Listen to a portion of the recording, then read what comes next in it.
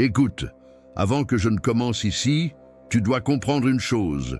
Ce que je vais te transmettre maintenant n'est pas une énième vidéo d'ésotérisme générique. Voici une information qui a coûté la vie à Elena Blavatsky. Et je ne suis pas dramatique. Elle est littéralement morte en essayant de transmettre cela.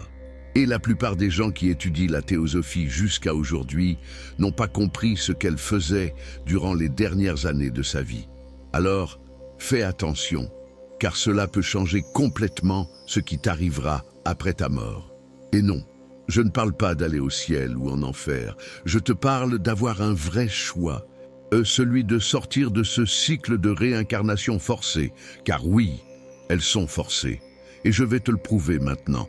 La Blavatsky, qui a écrit Isis dévoilée en 1877, n'est pas la même personne qui a écrit la doctrine secrète 10 ans plus tard. Et je ne parle pas de maturité ou d'évolution de la pensée. Je dis qu'elle a eu accès à une information si lourde, si dangereuse, qu'elle a complètement changé sa mission. Elle a commencé en voulant révéler les mystères anciens à l'Occident, n'est-ce pas? C'était le but initial de la société théosophique. Apporter la connaissance védique, bouddhiste, hermétique et montrer qu'il existe une science spirituelle derrière tout. Mais quelque chose s'est passé entre 1877 et 1888 qui lui a fait réaliser qu'il y avait quelque chose de beaucoup plus grand et de beaucoup plus sombre en jeu. Elle a découvert que le système de réincarnation lui-même, la roue du karma, n'était pas exactement ce que les textes orientaux disaient, ou plutôt, les textes le disaient, mais de manière si codée que seul celui qui possédait les clés hermétiques pouvait comprendre. Durant les 3 dernières années de sa vie, entre 1888 et 1891, Blavatsky était obsédée par une chose spécifique, le moment de la mort. Elle lisait et relisait les textes du Bardo Thodol, le livre tibétain des morts. Elle discutait avec les rares lamas qui avaient une connaissance réelle des états post-mortem. Et elle a réalisé qu'il existe un moment, une fenêtre de temps, juste après la séparation du corps physique, où tu as encore assez de lucidité pour faire un choix.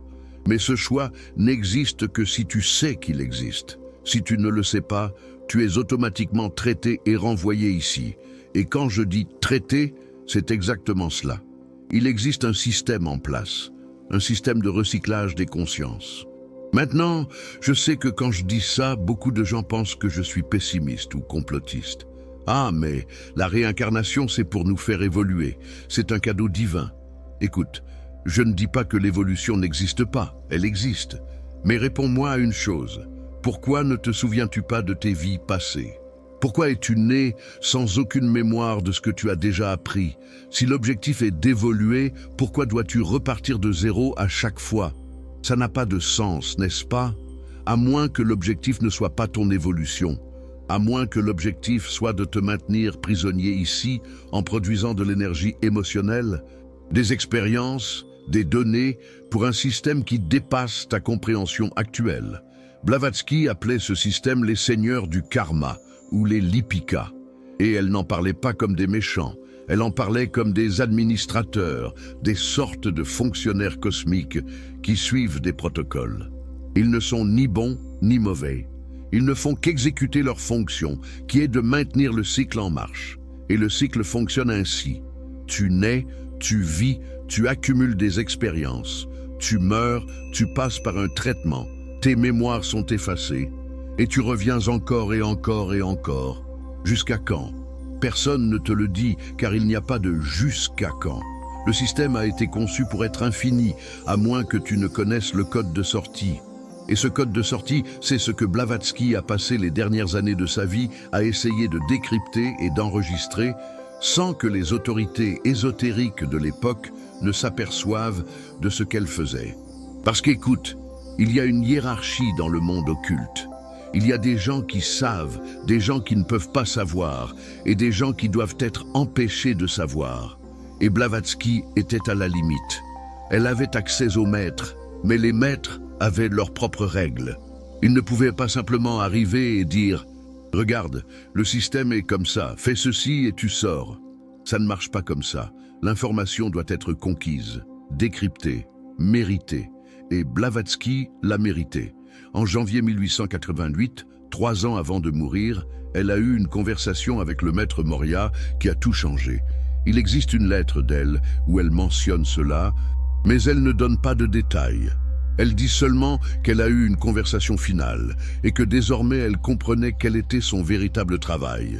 Et juste après cette conversation, elle a commencé à réécrire des parties entières de la doctrine secrète qui étaient déjà prêtes.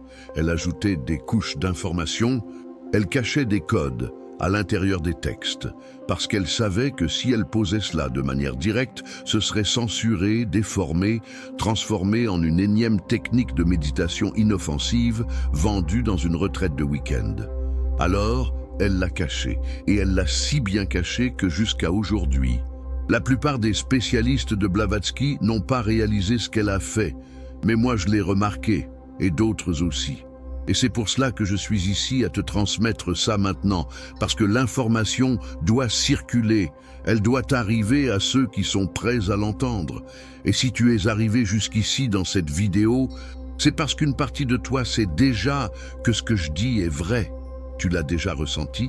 Tu as déjà regardé ta vie en pensant « Pourquoi suis-je encore ici? Pourquoi ai-je la sensation d'être déjà passé par là ?» Parce que tu y es déjà passé. Et tu y repasseras, à moins que tu ne comprennes le mécanisme. Alors, parlons du mécanisme. Quand tu meurs, ce qui arrive n'est pas ce qu'on t'a raconté à l'église, ni ce qu'on t'a dit au centre spirit, ni ce qu'on t'a dit dans ton cours de spiritualité quantique. Ce qui arrive est beaucoup plus technique et beaucoup moins romantique. Tu sors du corps physique. C'est la première séparation. Tu es encore conscient. Mais tu n'es plus dans le corps dense. Tu es dans ce que les théosophes appellent le corps astral ou corps émotionnel. Et dans ce corps, tu as encore de la mémoire, de la personnalité, de la peur, de l'attachement. Et c'est là que réside le danger, car à ce moment-là, tu vas commencer à voir des choses. Tu verras des lumières, tu verras des tunnels, tu verras des gens déjà morts t'appeler, tu entendras des voix te dire d'aller dans telle direction. Et la tendance naturelle de celui qui vient de mourir est de faire confiance à ces choses, parce que tu es en panique. Tu es confus, tu veux une orientation. Mais voici le problème, ces choses que tu vois ne sont pas nécessairement réelles. Ou plutôt, elles sont réelles sur le plan astral, mais ce sont des projections, des hologrammes, des appâts. Et le but de ces appâts est de te guider vers le traitement automatique. Les Tibétains le savent depuis des siècles. Le bardo Todol tout entier est un manuel d'instruction pour ne pas tomber dans ces pièges. Mais l'Occident a romantisé le livre, l'a transformé en poésie mystique et a perdu le fil. Le point est, ne va pas dans la lumière avant de savoir ce qu'est la lumière. Ne suis pas les parents morts avant de confirmer s'ils sont réellement eux ou des projections de tes attachements.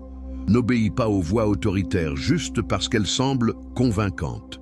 Et surtout, n'accepte pas la première offre de revenir pour apprendre plus de leçons, car c'est le protocole standard. C'est ce qui arrive à 99% des gens. Ils meurent, sont confus, acceptent ce qui est offert et reviennent.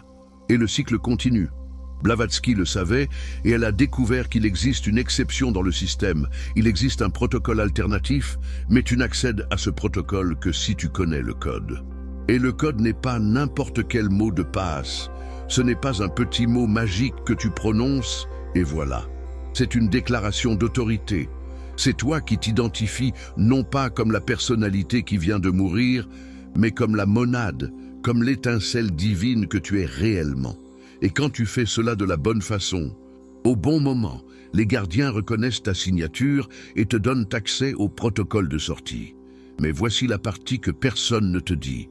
Tu ne peux pas simplement mémoriser cette information et espérer qu'au moment du chaos de la mort, tu t'en souviendras. Ça ne marche pas comme ça, parce que quand tu meurs, ton système nerveux entre en panique, ton esprit conscient s'éteint et tout ce que tu as appris par cœur dans ta vie disparaît. À moins que tu ne l'aies gravé à un niveau plus profond, à moins que tu ne te sois entraîné. Et c'est là qu'entre en jeu le protocole que Blavatsky a enseigné à ses étudiants les plus avancés, mais qui n'a jamais été publié officiellement.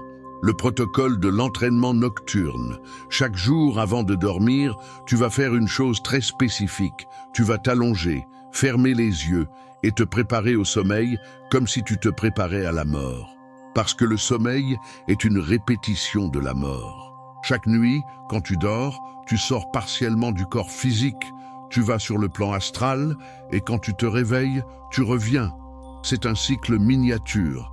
Et si tu apprends à avoir de la lucidité dans ce processus, tu t'entraînes à avoir de la lucidité dans le processus réel de la mort. Les Tibétains le savent, c'est pour cela qu'ils pratiquent le yoga du rêve. C'est pour cela qu'ils entraînent la lucidité onirique dès l'enfance, parce qu'ils savent que le moment de la mort exige une lucidité totale. Et la lucidité n'arrive pas par hasard, elle s'entraîne. Alors, avant de dormir, tu vas faire ceci. Tu vas détendre ton corps complètement. Tu vas respirer profondément quelquefois et tu vas mentaliser que tu passes par la transition de la mort, non pas avec peur, mais avec conscience. Tu vas t'imaginer sortant du corps. Tu vas t'imaginer flottant au-dessus de lui. Et à ce moment-là, tu vas prononcer les deux mots, les mots que Blavatsky a laissé coder dans ses textes. Les mots qui sont le code d'annulation, override, dans le système des Lipika. Tu vas dire mentalement, avec toute ton intention, avec toute ta conscience, Aham Mukta, Aham Mukta, je suis libre. Mais ce n'est pas n'importe quel je.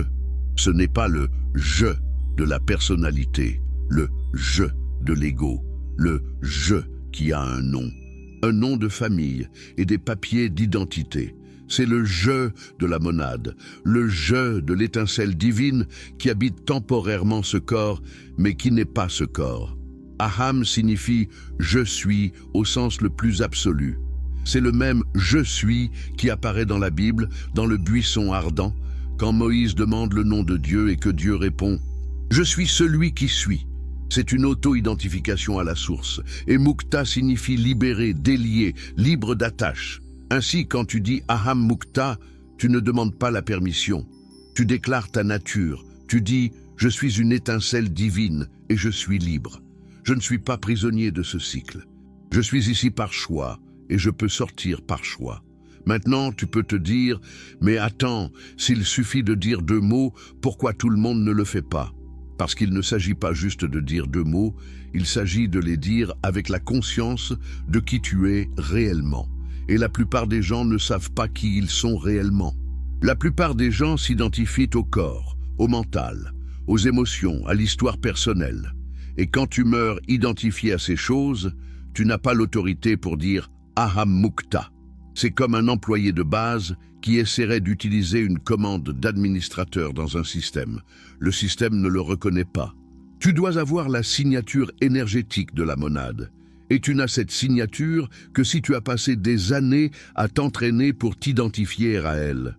C'est pour cela que l'entraînement nocturne est fondamental. Tu vas passer au minimum 90 jours à pratiquer cela avant de dormir. Pourquoi 90 jours? Parce que c'est le temps qu'il faut au corps causal pour enregistrer un nouveau motif énergétique.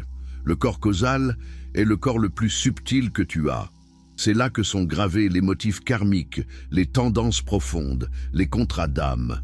C'est dans ce corps qu'est enregistré ton contrat de réincarnation. Et quand tu pratiques Aham Mukta toutes les nuits pendant 90 jours, tu commences à réécrire ce contrat. Tu commences à graver dans ton corps causal que tu n'es pas prisonnier, que tu es libre, que tu as l'autorité pour sortir. Et voici le détail que Blavatsky a laissé bien clair dans ses lettres personnelles, mais qui a été supprimé après. Tu ne dis pas Aham Mukta une seule fois dans ta vie et c'est fini. Tu t'entraînes à le dire durant toute ta vie pour que, lorsque le moment réel de la mort arrivera, cela sorte automatiquement. Parce qu'au moment de la mort, tu n'auras pas le temps de te souvenir, de réfléchir, de consulter des notes. Soit tu as cela gravé si profondément que ça sort automatiquement, soit tu rates la fenêtre. Et la fenêtre est petite. Les Tibétains disent qu'elle dure entre 30 secondes et 3 minutes en temps humain. Après cela, tu es déjà en cours de traitement. Tu es déjà tombé dans le pilote automatique du système et là, c'est fini, tu reviens. Mais il y a un autre détail important ici. Quand tu prononces Aham Mukta au bon moment, ce qui arrive n'est pas que tu disparais, ni que tu vas dans un paradis, ni que tu t'élèves. Ce qui arrive, c'est que les gardiens arrêtent le traitement automatique et te posent une question. Ils te demandent « Es-tu sûr ?» Parce que si tu sors maintenant, tu ne reviens plus. Tu sors du cycle, tu n'auras plus d'expérience humaine, tu n'évolueras plus à travers la matière. Es-tu certain de vouloir cela? Et c'est là que la plupart des gens, même connaissant le code, renoncent, car l'attachement est trop fort.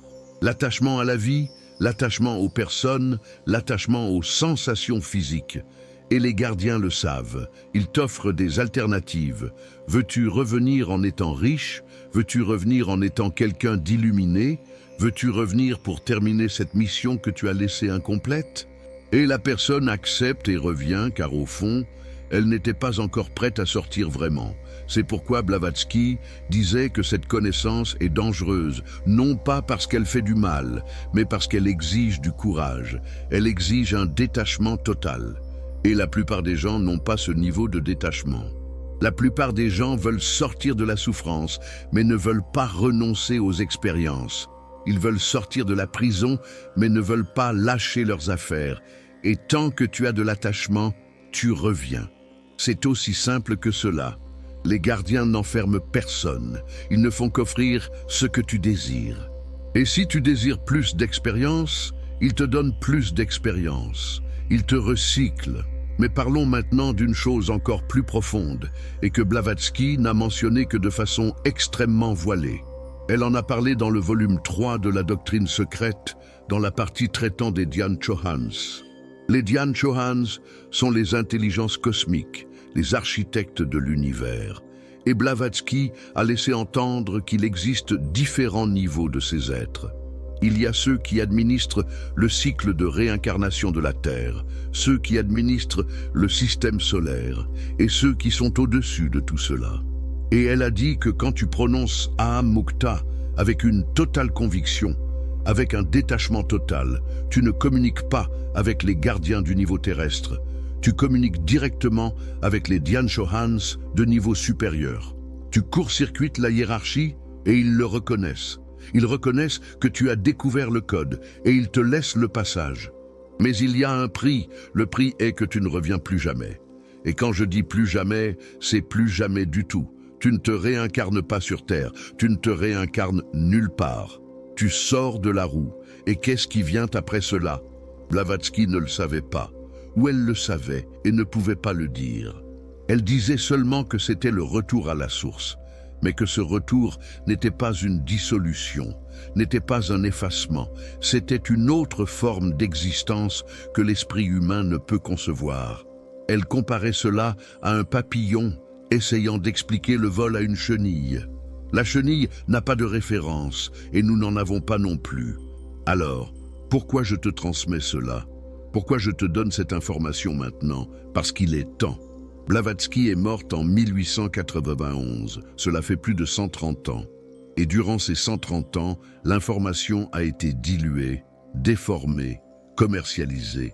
La théosophie est devenue un petit club philosophique. Ses enseignements sont devenus des conférences motivationnelles, et ce qu'elle a réellement découvert est resté enterré dans des bibliothèques poussiéreuses, dans des lettres que personne ne lit, dans des volumes que personne n'étudie. Mais maintenant, nous sommes dans un moment différent. Les gens s'éveillent, les gens s'interrogent, et les gens sont prêts à entendre la vérité, même si c'est une vérité dure, même si c'est une vérité qui exige une responsabilité totale, parce que c'est de cela qu'il s'agit, la responsabilité. Quand tu découvres qu'il existe une sortie, tu ne peux plus faire semblant de ne pas savoir. Tu ne peux plus rejeter la faute sur le karma, sur la mission de l'âme, sur les maîtres ascensionnés ou sur Dieu. Tu sais que le choix est le tien et c'est à la fois libérateur et terrifiant. Parce que maintenant tu dois décider, veux-tu réellement sortir ou veux-tu seulement te plaindre de la prison tout en continuant à y rester? Veux-tu la liberté pour de vrai ou veux-tu juste la fantaisie de la liberté? Cette liberté émotionnelle que tu ressens après une bonne méditation mais qui passe en 2 heures, parce que la liberté réelle, la liberté dont Blavatsky parlait, est irréversible. Tu ne reviens pas en arrière. Et je vais te dire une chose qui peut te choquer.